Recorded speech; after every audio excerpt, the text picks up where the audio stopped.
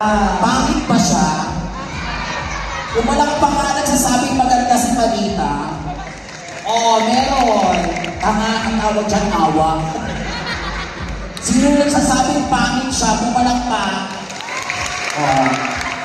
Kapag yung isa pumamalakpak pagkabumalan tayo pag wala akong makeup, kuya. Dada, alam mo dito kasi sa malaking pulong, lahat sila nagkakaisa at nagsasabi ng totoo. Amen?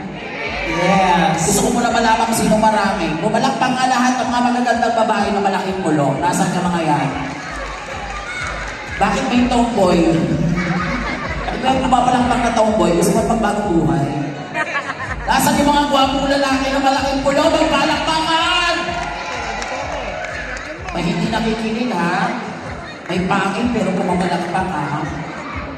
Marami rin po bang kagaya namin dito? May mga halamang dagat din ba dito?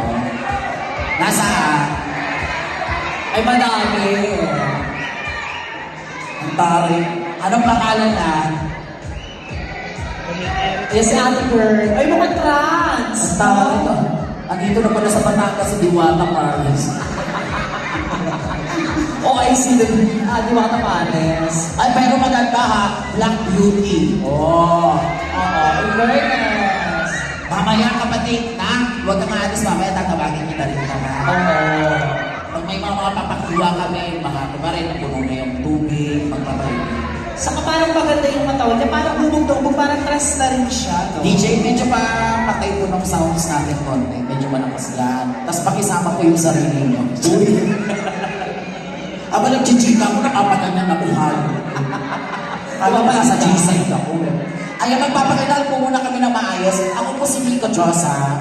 Ano ko po si Manita? Ayan, kami po ay stand-up comedian from Manila.